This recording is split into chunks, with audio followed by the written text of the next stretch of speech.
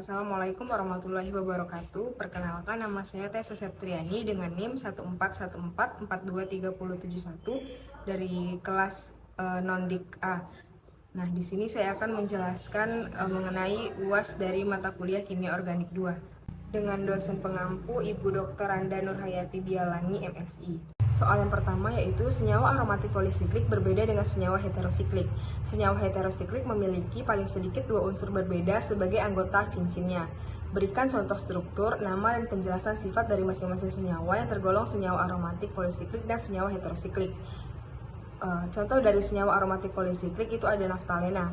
Naftalena adalah hidrokarbon kristalin aromatik berbentuk padatan berwarna putih dengan rumus molekul C10H8 dan berbentuk dua cincin benzena yang bersatu. Senyawa ini bersifat volatil, mudah menguap walau dalam bentuk padatan. Uap yang dihasilkan ini bersifat mudah terbakar. Adapun contoh dari senyawa heterosiklik ada piridin. Piridin berperilaku sebagai basa melalui pasangan elektron bebas dari atom nitrogen. Di hadapan asam, dia terprotonasi menghasilkan garam piridium. Piridin adalah amina tersier yang lemah. Dalam larutan etanol, piridin boleh membentuk garam tak larut air dengan berbagai asid seperti asid pikrik atau asid peklorik. Adapun soal yang kedua yaitu dibandingkan dengan 1,3 siklopentadiena dan benzena, atom karbon pada pirola lebih aktif terhadap elektrofil. Mengapa? Karena karbon memiliki kerapatan muatan yang lebih tinggi daripada benzena. Hal ini membuatnya sangat reaktif terhadap elektrofil, tetapi secara drastis menurunkan reaktivitasnya terhadap nukleofil. Atom karbon pada pirola lebih reaktif terhadap elektrofil karena strukturnya yang mengandung ikatan rangkap 3 dalam cincin heksagonal. Ikatan rangkap 3 ini menyebabkan elektron pirol pada atom karbon ini lebih mudah tersedia untuk berinteraksi dengan elektrofil selama reaksi kimia membuat pirola lebih reaktif. Soal yang ketiga yaitu tuliskan rumus struktur untuk yang pertama bisiklo 320 heptana, yang kedua bisiklo 311 heptana, dan bisiklo 321 oktana. Berikut sudah saya tampilkan rumus struktur dari soal tersebut. Kemudian soal yang keempat, reaksi enamina Stork dan reaksi aldol intramolekul dapat dilakukan secara berurutan untuk melangsungkan sintesis sikloheksanon. Misalnya reaksi enamina pirolidina dari sikloheksanon dengan 3-buten 2-on dilanjutkan dengan hidrolisis enamina dan perlakuan dengan basa menghasilkan produk sebagaimana ditunjukkan di bawah ini. Tuliskan mekanisme reaksi untuk setiap tahapan tersebut. Mekanisme reaksi enamina Stork untuk sintesis sikloheksanon adalah yang pertama basa kuat seperti NaOH. Sikloheksanonamida membentuk enolat dengan rumus C6H11CONH2 ditambah NaOH menghasilkan C6H11CO- ditambah NH3 ditambah H2O.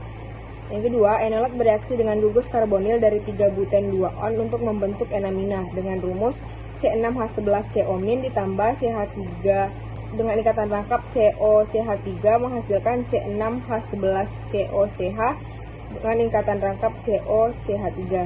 Soal yang kelima, hidrolisis trimistin, suatu lemak yang diperoleh dari biji pala, menghasilkan hanya satu asam lemak, yakni asam miristat. Asam ini dapat juga diperoleh dari 1-bromododekana atau alkil bromida berantai lurus berkarbon 12 dan dietil malonat dalam suatu sintesis ester malonat. Bagaimana struktur asam miristit dan trimistin? Berikut sudah saya tampilkan struktur asam dari miristit maupun trimistin. Adapun soal yang keenam, banyak metode yang menarik dan berguna telah dikembangkan untuk sintesis molekul heterosiklik. Lin dan rekan kerjanya pada tahun 1969 mengembangkan reaksi sintesis oksazol. Tuliskan detail mekanisme reaksi berikut ini. Jawabannya, mekanisme reaksi Lin yang menyebabkan sintesis oksazol. Yang pertama, salah satu contoh basa adalah natrium hidroksida dengan rumus NaOH yang menghidrolisis nitrogen trihalida menjadi ion nitrit atau NO2- dengan rumus NBr3 ditambah NaOH menghasilkan NO2- ditambah NaBr ditambah H2O. Yang kedua, untuk membentuk intermediat imina, ion nitrin bereaksi dengan aldehida atau keton dengan rumus NO2- ditambah RCHO menghasilkan RCNO2 dengan ikatan rangkap O. Yang ketiga, tautomerisasi enamina terjadi pada amina. Dan yang keempat, enamina dan ion nitrit kondensasi untuk membentuk oksazol. Soal yang ketujuh, tunjukkan bagaimana Anda dapat mengubah asam palmitoleat suatu omega 7 menjadi etil palmitoleat dan etil palmitat.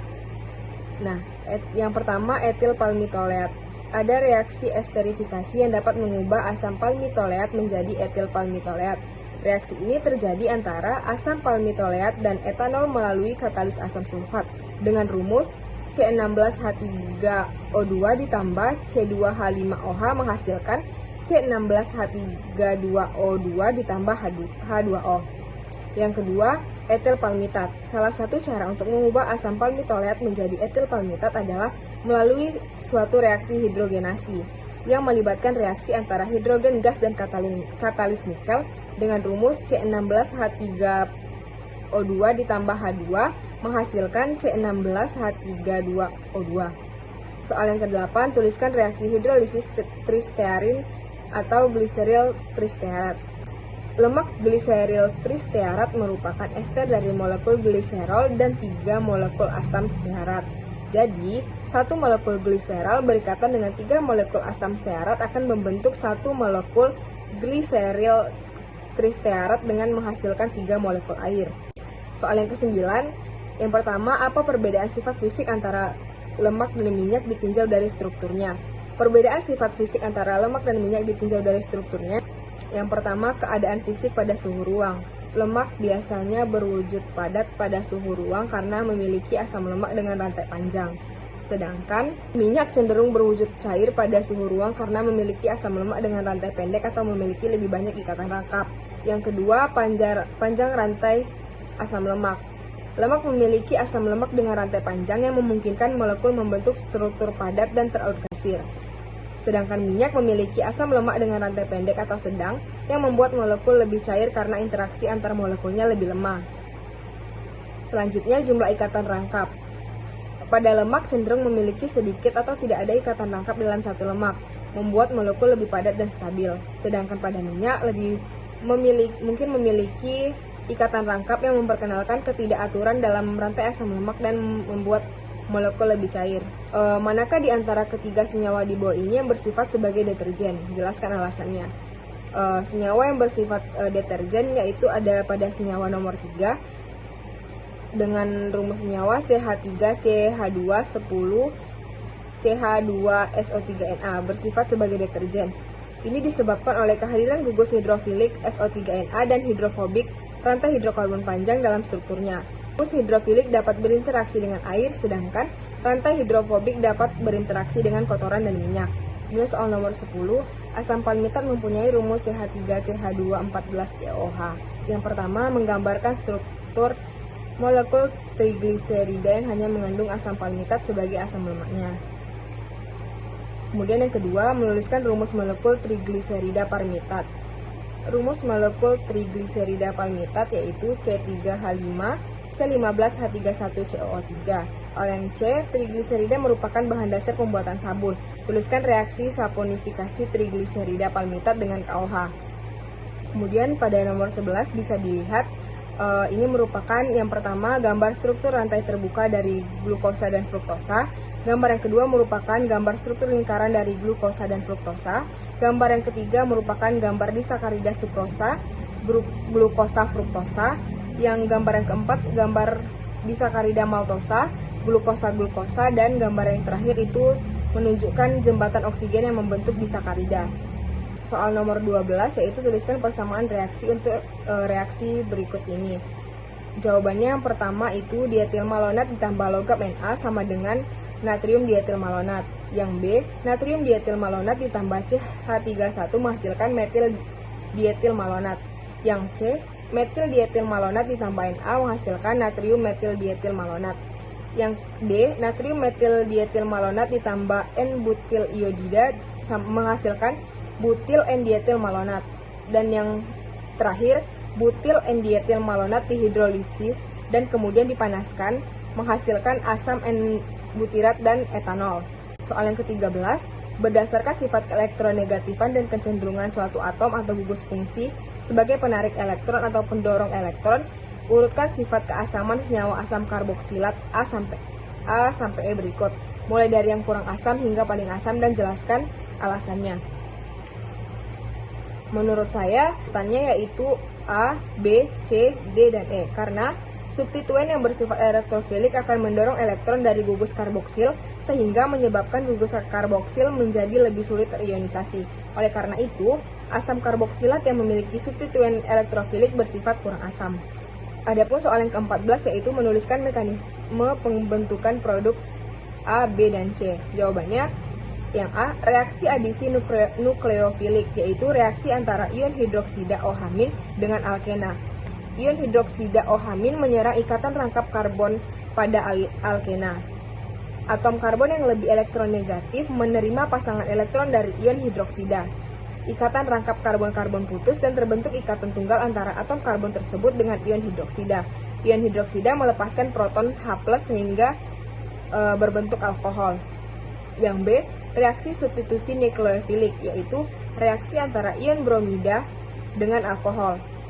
Reaksi ini berlangsung, ion bromida menyerang gugus hidroksil pada alkohol. Atom oksigen pada gugus hidroksil melepaskan pasangan elektronnya ke ion bromida. Ikatan antara atom oksigen dan atom hidrogen putus dan terbentuk ikatan tunggal antara atom oksigen tersebut dengan ion bromida. Kemudian ion bromida melepaskan elektronnya sehingga terbentuk alkil bromida. Yang C, reaksi eliminasi, yaitu reaksi pemutusan ikatan rangkap karbon-karbon dengan pelepasan molekul kecil. Reaksi ini berlangsung sebagai berikut. Ikatan rangkap karbon-karbon terpolarisasi sehingga atom karbon yang lebih elektronegatif menjadi bermuatan negatif. Atom hidrogen pada atom yang lebih elektropositif atau karbon. Soal yang ke-15, parasetamol, ibuprofen, dan aspirin merupakan komponen utama obat-obatan penghilang rasa nyeri. Soalnya tuliskan nama gugus-gugus fungsi pada senyawa tersebut. Gugus fungsi pada parasetamol yaitu hidroksi atau min-OH. Pada ibuprofen, gugus fungsinya asam karboksilat min COOH, dan gugus fungsi aspirin yaitu asam karboksilat min COOH dan ester min COO-. Kemudian menggambarkan struktur molekul senyawa yang dihasilkan. Senyawa yang dihasilkan adalah asam 4-hidroksi ibuprofen parasetamol. Kemudian yang C, gugus min COOH pada aspirin bereaksi dengan amonia dengan pemanasan. Gambarkan struktur senyawa amida yang dihasilkan. Senyawa yang dihasilkan adalah 4-hidroksi asetaminobenzoat.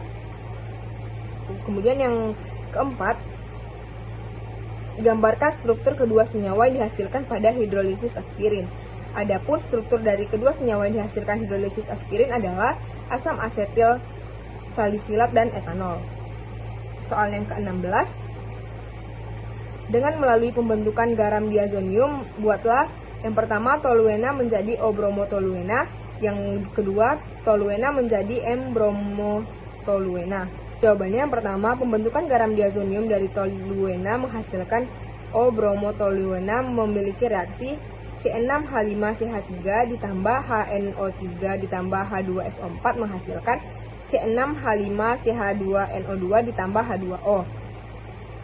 Kemudian C6H5CH2NO2 ditambah CuBr menghasilkan C6H4Br ditambah CuNO2 dua kali. Asam nitrat dan asam sulfat menitrasi toluena. Dalam reaksi nitrat, atom nitrogen dari asam nitrat menyerang atom karbon yang lebih elektronegatif. Dengan bantuan tembaga bromida, reaksi ini menghasilkan nitrotoluena yang direduksi menjadi garam diazonium. Pembentukan garam diazonium menghasilkan M-bromotoluena dari toluena. Yang kedua, pembentukan garam diazonium menghasilkan M-bromotoluena dari toluena memiliki reaksi C6H5CH3 ditambah HNO3 ditambah H2SO4 menghasilkan C6H5CH2NO2 ditambah H2O. C6H5CH2NO2 ditambah CuBr2 menghasilkan C6H4 ditambah CuNO2 ditambah CuBr. Asam nitrat dan asam sulfat menitrasi toluena. Dalam reaksi nitrat, atom nitrogen dari asam nitrat menyerang atom karbon yang lebih elektronegatif. Nitrotoluena dihasilkan sebagai hasil dari reaksi ini. Dengan bantuan tembaga bromida dan bromin, nitrotoluena direduksi menjadi garam diazonium. Ini adalah reaksi penambahan elektron di mana atom tembaga dan bromin memberikan elektron mereka ke atom nitrogen pada nitrotoluena. pada nitrotoluena. Hasil reaksi ini adalah garam diazonium yang dihalogenasi dengan bromin. Kemudian soal yang ke-17, bagaimanakah persamaan reaksi pembuatan biofil dari benzena, iodobenzena, dan benzidina? Reaksi persamaan dari pembuatan bifenil dari benzena yaitu 2C6H6 ditambah FeC13 menghasilkan C6H5 2 ditambah FeCl2. Adisi nukleofilik alkil halida oleh benzena adalah reaksi Friedel-Crafts. Yang kedua, proses pembuatan bifenil dari iodobenzena dengan reaksi C6H51 ditambah Mg menghasilkan C6H5MgCl. C6H5MgCl ditambah C6H6 menghasilkan C6